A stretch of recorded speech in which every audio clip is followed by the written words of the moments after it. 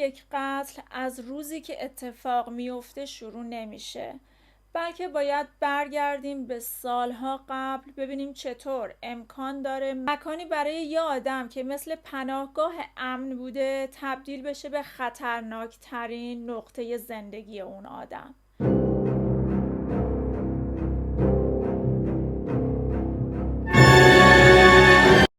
درود بر شما، من فرشته هستم و اینجا پرونده تاریک. خیلی خوش اومدین به یکی دیگه از پرونده های امروز من. خوشحال میشم که تا آخر این روایت همراه من باشین. امروز قرار پرونده خانم دنیا حسینی رو براتون روایت کنم. البته فقط مربوط به خانم دنیا حسینی نیست، قرار کل خانواده حسینی رو بررسی کنیم. یه اتفاق خیلی تلخ و ناراحت کننده. 29 بهمن 1403 توی روستای بریخانی شهرستان داهو از توابع استان کرمانشاه، شبکه حقوق بشر کردستان توی گزارش سال 1402 اعلام کرده بود که دست کم 31 مورد زنکشی در استانهای ایلام و کرمانشاه و کردستان و آذربایجان غربی ثبت شده. در این گزارش ها دلایلی مثل اختلافات خانوادگی، درخواست طلاق، روابط نامشروع، ازدواج مجدد گزارش شده بوده که علت اصلی همه این عوامل و این حوادث تلخی که شاهدش هستیم یه چیزه: کنترل شدن زندگی این خانوم ها توسط مرداشون. حالا پدرش بوده، برادرش بوده، شوهرش بوده. وقتی اینها دخالت میکنن همه چیز زندگی اون زن عوض میشه. مثلا اینکه کجا رفتی، با کی رفتی، با کی باید ازدواج کنی، اصلا حق نداری طلاق بگیری، حالا که طلاق گرفتی حق نداری ازدواج مجدد بکنی. و دقیقاً مسئله خانواده حسینی از همین نقطه شروع میشه. خانواده 6 نفره‌ای که تشکیل شدن از پدر و مادر به نامهای سید یدالله حسینی 52 ساله و همسرش خانم مهرناز 50 ساله. 4 دختر به ترتیب اسمای دختران و همراه به سناشون براتون میگم. شقایق: دختر بزرگ خانواده 31 ساله، دختر دوم رضوان 29 ساله، دختر سوم دنیای 23 ساله و دختر آخر زهرای 17 ساله که توی روستای بریخانی دالاف زندگی میکردن. هر 4 تا دختری که نام بردم توی مقطعی از زندگیشون تحت شدیدترین خشونت‌ها و محدودیت‌های خانوادگی قرار داشتن. یعنی همشون یه جور بدبختیایی رو تحمل میکردن. اما وجه مشترک تمام این گرفتاری‌ها و بدبختیاشون اینه که پدر و مادر اینها زندگی اونا رو تحت کنترل خودشون داشتن. از 0 تا 100 توی همه کارای اون بچه ها دخالت میکردن. به طور مثال اگه بخوام براتون بگم، 2 تا دختر بزرگ خانواده یعنی شقایق و رضوان توی سن 12 و 13 سالگی قربانی کودک همسری شدن و به اجبار خانواده ازدواج کردن. وقتی خودشون دلشون نمیخواست، حتی اون آدم هم که باهاشون ازدواج کردن دوست نداشتن. بعدها رضوان توی جریان یه مصاحبه راجع به این مسئله صحبت میکنه. میگه که ما مجبور بودیم ازدواج کنیم. وقتی دستور از بالا بزرگ خاندان صادر میشد دیگه ما باید هیچی نمیگفتیم و تن به اون کار میدادیم، چون میدونستیم که اگه نخوایم قبول کنیم دیگه زندگی برامون نمیذارن.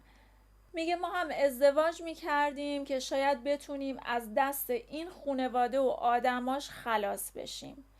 من خودم توی سن 13 سالگی با آدمی ازدواج کردم که 25 سالش بود، یعنی حدوداً 2 برابر سن منو داشت. اصلا دلم نمیخواست باهاش ازدواج کنم، اما ازدواج ما برنامه‌ای بود که بزرگترا برامون چیده بودن. یعنی در اصل هدفی که از این ازدواج داشتن این بود که 30 سال پیش عموی بابام زده بود عمه شوهرم رو کشته بود.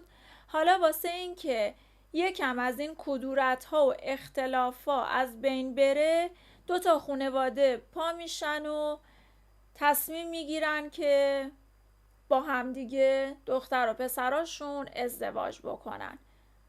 یعنی من قربانی اختلافات گذشته شدم. خلاصه ازدواج کردیم و رفتیم سر زندگیمون به امید اینکه مشکلات برطرف بشه و دیگه حداقل خانواده‌مون رو نبینیم، با شوهرمون زندگی خوبی داشته باشیم. توی زندگی شخصی خودمون هیچ نقشی نداشتیم. این شوهر هر کاری دلش میخواست میکرد و ما هم هیچ کاره بودیم. تصمیم با اون بود و ما فقط باید انجام میدادیم. من همون اول به شوهرم گفته بودم که دلم میخواد درس بخونم. آخه من اصلا سنی نداشتم، بچه بودم، مدرسه میرفتم. گفتم اجازه بده من برم مدرسه، نذاشت. من مجبور بودم توی خونه بمونم و برای این آدم کلفتی بکنم. یه زندگی کاملا در اسارت. هیچ لذتی هم از زندگیم نمی بردم.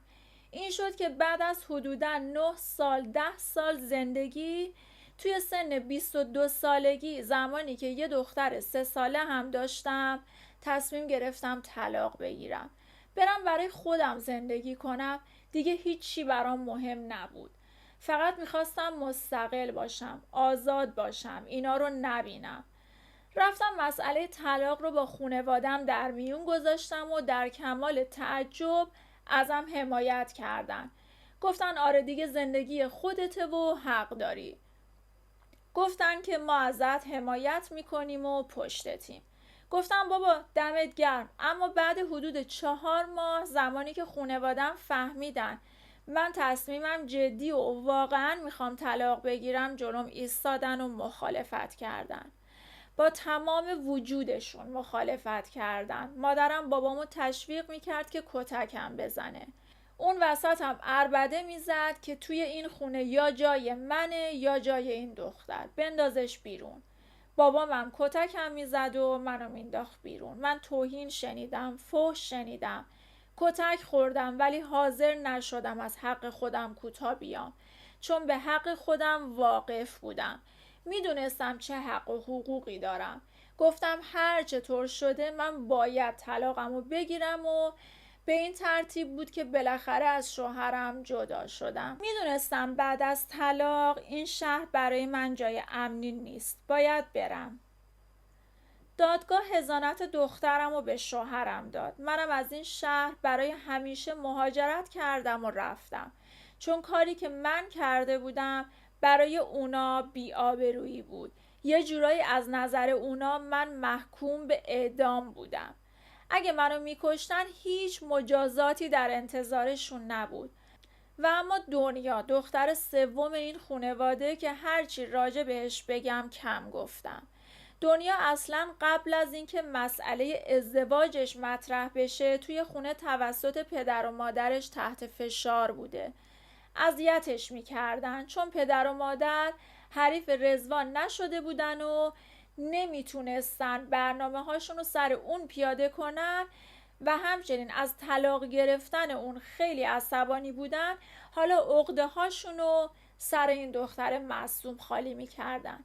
همیشه میگفتن نکنه که اینم شبیه خواهرش بشه و بخواد یه کارایی بکنه که باز هم بخواد باعث آبروریزی ما بشه.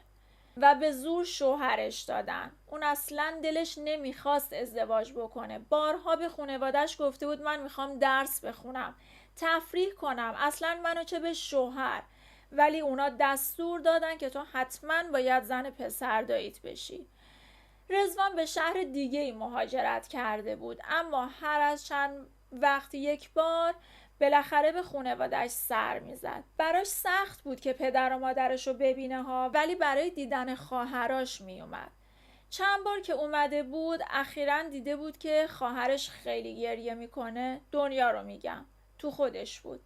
افسرده شده بود، انگار تحت فشار بود، ولی نمیگفت که چه دردی داره. رضوان احساس میکرد که گریه های دنیا به خاطر اینه که اونو هم تحت فشار گذاشتن برای ازدواج. ولی آخرین بار دنیا به خواهرش گفت که شوهر خواهرمون، شوهر شقایقو میگن، چند باری به من و زهرا خواهر کوچیکمون تعرض کرده و به ما کرده و ما هیچی نمیتونیم بگیم. تو که میدونی مامان و بابا چقدر از شوهر شقایق حساب میبرن، چقدر ازش میترسن. من اگه بخوام یه کلمه راجع به اون صحبت کنم، ضد اون حرف بزنم، گوش تا گوش سر منو میبرن. شوهر شقایق به خواهرای همسرش تجاوز و چرا اونا ازش حساب میبرن؟ به خاطر اینکه یه سری اطلاعاتی وجود داره که میگن شوهر شقایق وابسته به یه نهادی بوده و هیچ کس ازش نمیترسیده و پشتش به همین گرم بوده. سر همین قضیه هم انقدر به این خانواده ظلم کرده بوده و به اون دوتا خواهر تجاوز کرده بوده، اونقدر به اینا دستور میداده. بعد این زن و شوهر، این پدر و مادر ظالم و زورگو، از تنها کسی که حساب میبردن و دستور میگرفتن همین داماد بزرگشون بوده. در مورد شوهر شقایق تنها چیزی که میتونم بگم اینه که واقعا آدم زورگو و کثیفی بوده که میومده این پدر و مادر رو علیه دختراشون شیر میکرده و این پدر و مادر رو به جون بچه هاشون مینداخته. این پدر و مادرم فقط میگفتن تو درست میگی، اختیار با خودته، هر کاری دوست داری بکن و هر بلایی دلت میخواد سر دخترای ما بیار. حالا داماده رو دارن تحریک میکنن. رضوان میگه انگار این مادر ما با ما پدر کشتگی داشت، یعنی قشنگ با هیچ کدوم از ما 4 رابطه خوبی نداشت. هر کاری میکرد که ما رو اذیت کنه، نمیدونم چرا. اصلا ربطی به داماد بزرگ خانواده هم نداشت، از قبلم با ما بدرفتاری میکرد. حالا تو این شرایط دنیا چه کار میتونه بکنه؟ حرف که نمیتونه بزنه، فقط داره اذیت میشه. تنها کار عاقلانه‌ای که به ذهنش رسید این بود که من قبول کنم با پسر داییم ازدواج کنم، حداقل از اینجا برم و خلاص شم، زندگی خودم رو داشته باشم. شاید پسر داییم آدم خوبی بود و تونستیم زندگی خوبی رو با هم دیگه شروع کنیم. به این ترتیب علیرغم میل باطنیش این دخترم توی سن 15 سالگی زن پسردایی شد و رفت سر خونه زندگیش. وقتی که رفت سر خونه زندگیش همچنان با خواهرش رضوان در ارتباط بود. با همدیگه تماس تلفنی داشتن، صحبت میکردن. رضوان ازش میپرسید که تو از شوهرت راضی هستی؟ جاد امنه؟ خوبه؟ مشکلی نداری؟ دنیا میخندید و میگفت خوبه، جام امنه، راضیم، مشکلی نیست، حداقل از اون جهنم در خلاص شدم. اما این حرفا فقط مدت کوتاهی اعتبار داشت. بعد از مدتی دعواها و اختلافات دنیا و شوهرش هم شروع شد. شوهر دنیا یه جورایی اصلا مشکل روحی روانی داشت. چند وقت بعدم دنیا یهو زنگ میزنه به خواهرش و رضوان که صدای خواهرش رو میشنوه میترسه که داره نفس نفس میزنه. میگه چی شده؟ دنیا گفت همین الان شوهرم میخواست منو خفه کنه. یا اینکه یه بار دیگه زنگ میزنه میگه که شوهرم میخواد منو بندازه توی چاه غرقم کنه. یا یه بار دیگه میگه به حد مرگ منو کتک زده. خواهر بزرگ که این حرفا رو از خواهر کوچیکترش میشنوه نگران میشه. گفت چه کار باید بکنم الان؟ بهترین کاری که میتونم بکنم اینه که زنگ بزنم به پلیس اطلاع بدم. من باید خواهرم رو از دست این جانی نجات بدم. زنگ زدم به پلیس. پلیسا رفتن توی محل حاضر شدن. شوهر دنیا در جواب به پلیسا گفت من زنم رو نمیخواستم بکشم، من میخواستم خودم رو بندازم توی چاه آب و خلاص کنم. این زندگی خسته شدم. نگران نباشید، من هیچ کاریش ندارم. این تماس رضوان و شکایتی که انجام شد راه به جایی نبرد. دنیا و شوهرش دوباره مثل همیشه برگشتن سر زندگیشون چون امیدی برای رهایی نمیدید. شوهر دنیا متوجه شد که همسرش با خواهر بزرگترش یعنی رضوان ارتباط داره، در حدی که رضوان داره توی زندگی شخصی و خصوصی اونا دخالت میکنه، داره یه جورایی بهش دنده میده که اگه مثلا شوهرت باهات بد رفتاری کرد، توی جوابش میتونی این کارو بکنی، ازش میتونی شکایت بکنی، حق تو بخوای، یا اینکه اگر امیدی توی این زندگی نداری طلاق بگیر. اون این مسئله رو برای خودش و زندگیش یه تهدید میدید. دنیا به رضوان گفته بود که نمیتونم این زندگی رو تحمل کنم، تحملش واقعا برام سخته، فقط از ترس جونم سر این زندگی موندم. منم دلم میخواد مثل تو طلاق بگیرم، راحت باشم و آزاد زندگی کنم. رضوان میخواست به خواهرش کمک کنه و ازش حمایت بکنه، ولی شوهر دنیا متوجه میشه و میره سر وقت رضوان و کتکش میزنه.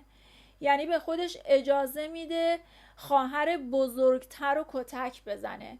رسما میره اونجا تهدیدش میکنه و میگه یه بار دیگه این کار رو با زندگی من بکنی یا اینکه این دختر رو هوایی بکنی، هم تو رو میکشم هم دنیا رو.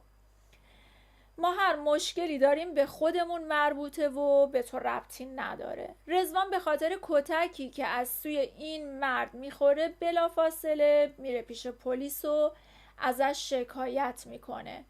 وقتی این مسئله اتفاق افتاد و شکایت کشی شروع شد، دنیا دید که دیگه فایده ای نداره و این زندگی داره از هم میپاشه. شوهرش هم که حسابی وحشی شده بود و هی داشت عقده هاشو سر این طفل معصوم خالی میکرد. گفت من دیگه نمیخوامه، چطور باید بهت بگم؟ بالاخره یه روزی تصمیمشو گرفت و رفت به بابا مامانش گفت. اونم توقع داشت که الان بابا و مامان قاطی کنن، بزنن توی گوشش و یه اتفاقی بیفته.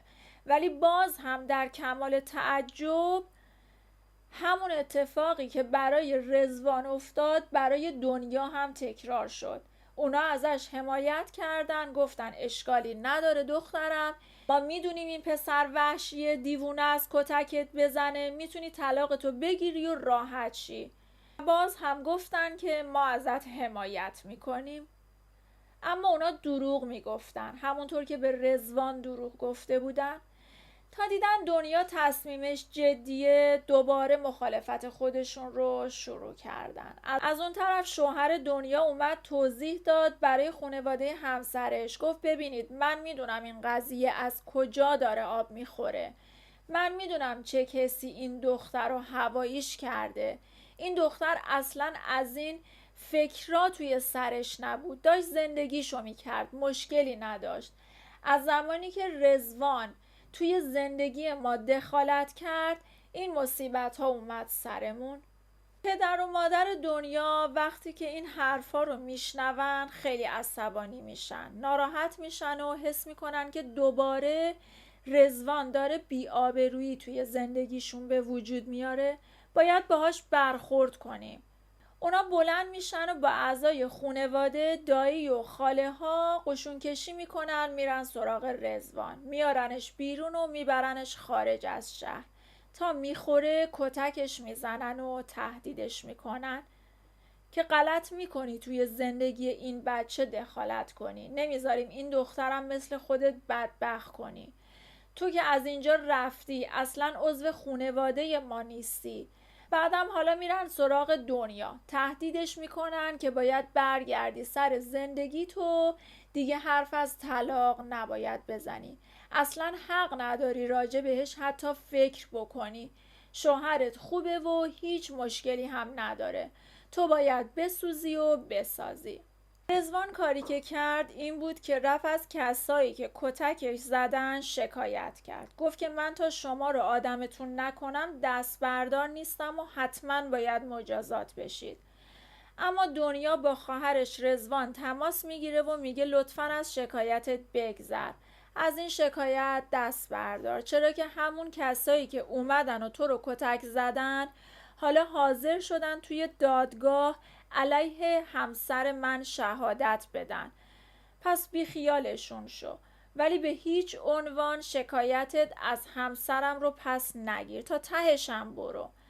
اما دنیا بعد از مدتی متوجه مسئله‌ای میشه که هضم این مسئله براش خیلی سخت بود. اون تا حالا فکر میکرد که پدر و مادرش از ماجرای تعرض شوهر خواهرشون به این دوتا دختر بیخبرن. مثلا پیش خودشون فکر میکردن که این پدر و مادر ما که انقدر غیرت براشون مهمه و آبرو براشون مهمه، اگه روزی این مسئله رو بدونن اصلا ممکنه اون آدم رو بزنن بکشن.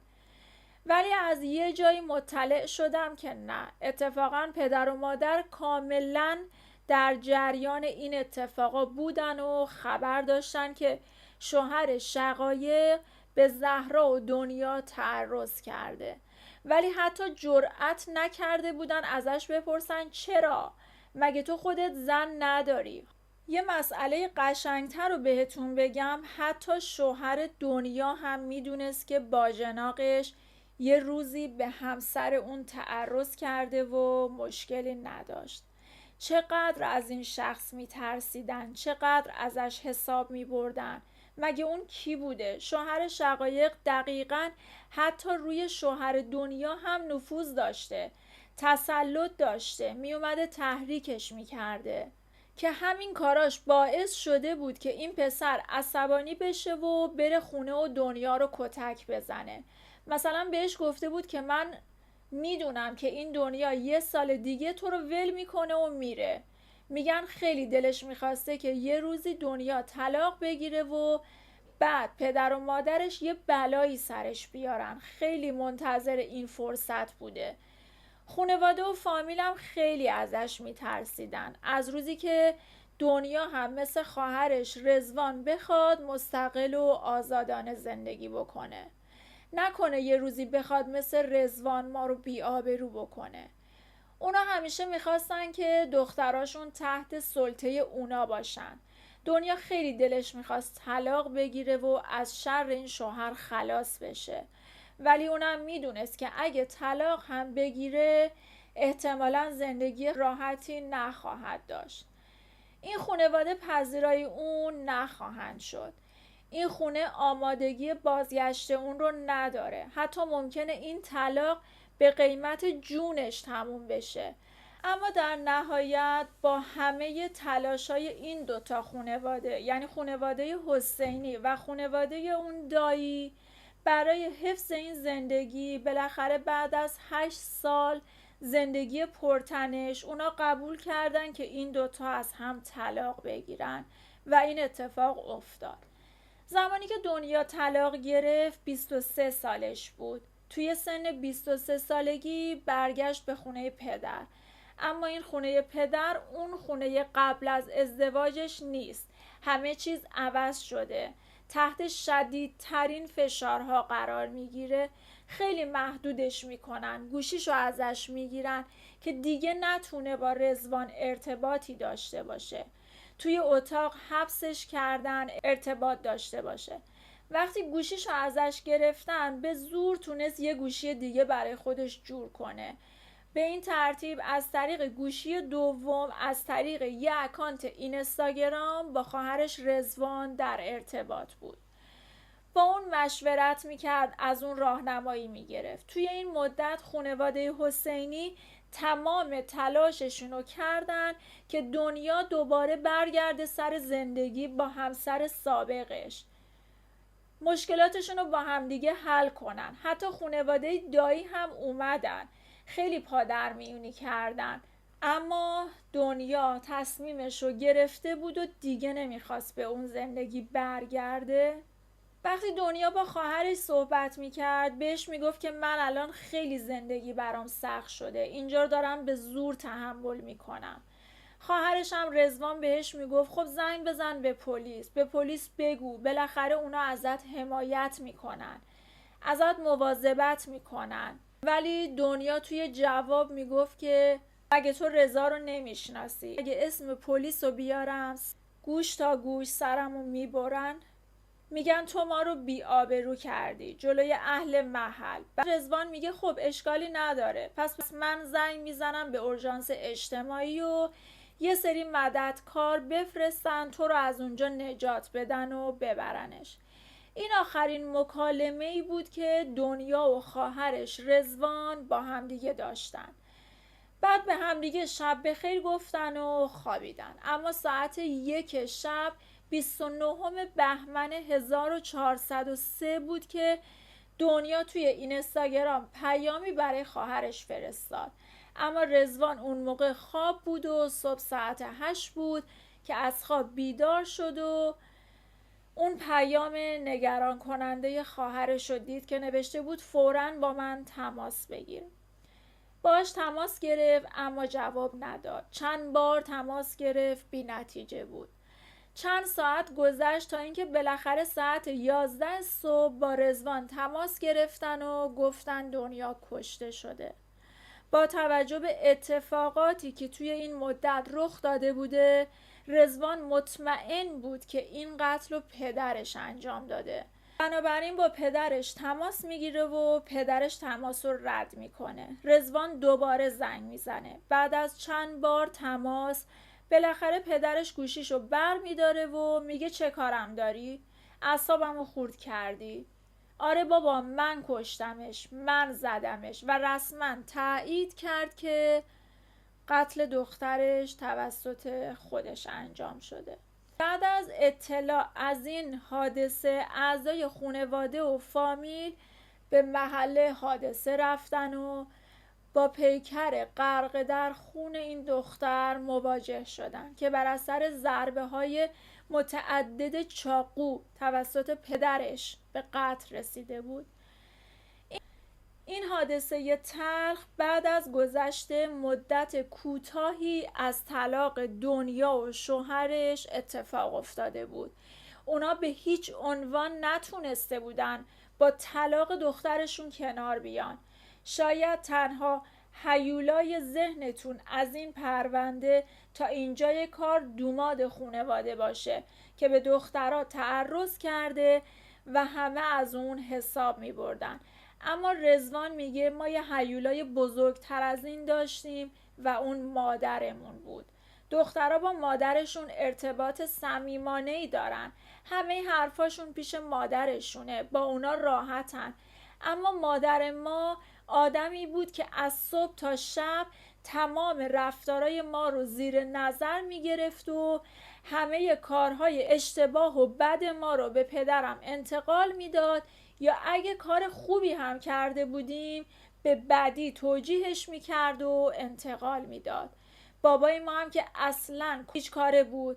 تصمیم گیر اصلی توی این زندگی مادرمون بود. مادرمون دستور صادر میکرد و بابام میگفت چشم. اصلا بابای ما از صبح تا شب نبود، سر کار بود. وقتی هم که میومد مامانمون تحریکش میکرد و میانداختش به جون ما. کاری که مادرمون با ما کرد هیچ غریبه‌ای با هیچ کسی نمیکنه. یعنی ظلمی که مادرمون به ما کرد هیچ غریبه‌ای نمیکنه.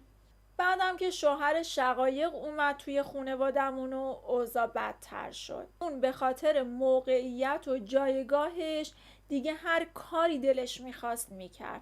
اینا هم که تابع اون بودن. این آدم هم حتی میومد از ما بد میگفت. پیش مامانم، پیش بابام، کلن با ما مشکل داشت.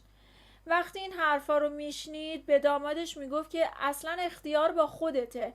از هر کدوم این 4 تا دختر که تو بدی میبینی باهاشون برخورد کن. بزنشون، اصلا چه میدونم، بکششون، هر کاری که دلت میخواد باهاشون بکن. بعد این داماد میگفت اصلا خود شقایقم میخواد از من طلاق بگیره، پررو شده. بعد مادر چی گفت؟ گفت غلط کرده. یه بار دیگه اگر اسم طلاق آورد بکشش. ما هیچ مشکلی با این قضیه نداریم. طبیعیه که همچین پدر و مادری وقتی مسئله تعرض رو بشنون و براشون مهم نباشه، احتمالاً براشون اینم مهم نیستش که دومادشون بزنه دخترشون رو بکشه. البته اینکه شقایقم اصلا جرأت نداشت که حرف طلاق رو پیش بکشه. روزی که پدرم دنیا رو به قتل رسونده بود، مادرم واسه این که اوضاع رو آروم کنه رفته بود به همسایه ها گفته بود که چیزی نیست. خواهر کوچیکترشون زهرا مدرسه بوده و وقتی که برمیگرده و میفهمه دنیا توسط باباش به قتل رسیده، دچار شوک روانی بزرگی میشه. وقتی مددکارا و روانشناسان میان زهرا رو تحویل بگیرن، زهرا یه دستمال خونی دستش گرفته بوده و هرچی تلاش کردن دستمال رو از دستش بگیرن گفت نمیدم تا همیشه یادم بمونه که بابام خواهرم رو کشت. اونا هم وقتی دیدن حال روحی زهرا مساعد نیست، بردنش بیمارستان کودکان کرمانشاه بستریش کردن. اما بعد از این حادثه شقایق میره کلانتری و از شوهرش شکایت میکنه. اون گفته بود شوهرم آدم خطرناکیه. رضوان میاد شقایق و به شکل مخفیانه‌ای به یه جای امن میبره، دور از دسترس شوهرش و خونوادش. اما خیلی زود شوهرش با خبر میشه که اون دیگه قصد برگشتن نداره و تازه ازش هم شکایت کرده. بنابراین تماس میگیره و شقایق رو تهدید میکنه که اگر بر نگردی هر جایی باشی پیدات میکنم و میکشمت. شقایق که خیلی ترسیده بود حتی نمیتونست از خونه فرار بکنه و به مکان نامعلوم دیگه‌ای بره. اون خونه بستگانشون پناه گرفته بود و بعد از مدتی هم خونواده‌اش منتقلش کردن تهران که روند جدایی و طلاقش پیگیری بشه. مامورین پلیس وقتی توی محل حادثه حضور پیدا کردن، قاتل یعنی پدر دنیا هنوز اونجا بود. همونجا خودش رو معرفی کرد و تسلیم پلیس شد. رضوان ادامه میده که تهدیداتشون تا مدت‌ها حتی از طرف بستگانشون هم ادامه داشته. یکی از فامیلا به شقایق و رضوان زنگ میزنه و میگه مطمئن باشید که هیچ وقت در امان نخواهید بود. اونا رو مستقیما تهدید کرده بودن. حتی توی مراسم خاکسپاری دنیا برای محافظت از شقایق از نیروهای انتظامی و اورژانس اجتماعی کمک گرفته بود. البته خود رضوان هم نتونست توی این مراسم شرکت کنه. و اما این خانواده 4 دختر داشتن. 4 دختری که هر کدوم به یک شکلی قربانی خشونت و تهدید و فشارهای همین خانواده شده بودن. دختر اولشون بعد از سالها تحمل زندگی اجباری حالا درگیر مراحل طلاقه. دختر دوم از ترس خانواده مجبور شد به شهر دیگه‌ای مهاجرت کنه. دختر چهارم که تنها 17 سال سن داشت بعد از قتل خواهرش دچار مشکلات روحی و روانی شد و به بهزیستی سپرده شد. اما دختر سوم دنیا بعد از سالها تحمل آزار و خشونت بعد از جدایی از همسرش توسط باباش کشته شد.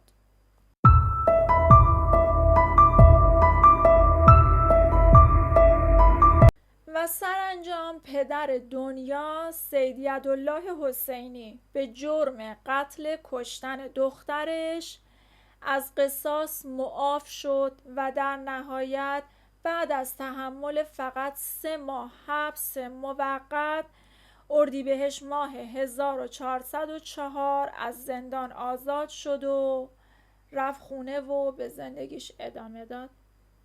پرونده خیلی عجیبی برای خود من بود. متاسفانه ما از این خانواده ها خیلی داریم که حتی اگر فیزیکی هم بچه هاشون رو نکشن، از لحاظ روحی بچه هاشون رو یواش یواش میکشن. و این هم از پایان روایت غم‌انگیز امروز. خوشحال میشم که نظراتتون رو در مورد این اتفاقات، در مورد داماد خانواده، در مورد دخترها و در مورد پدر و مادرشون برای من توی کامنت ها بنویسین.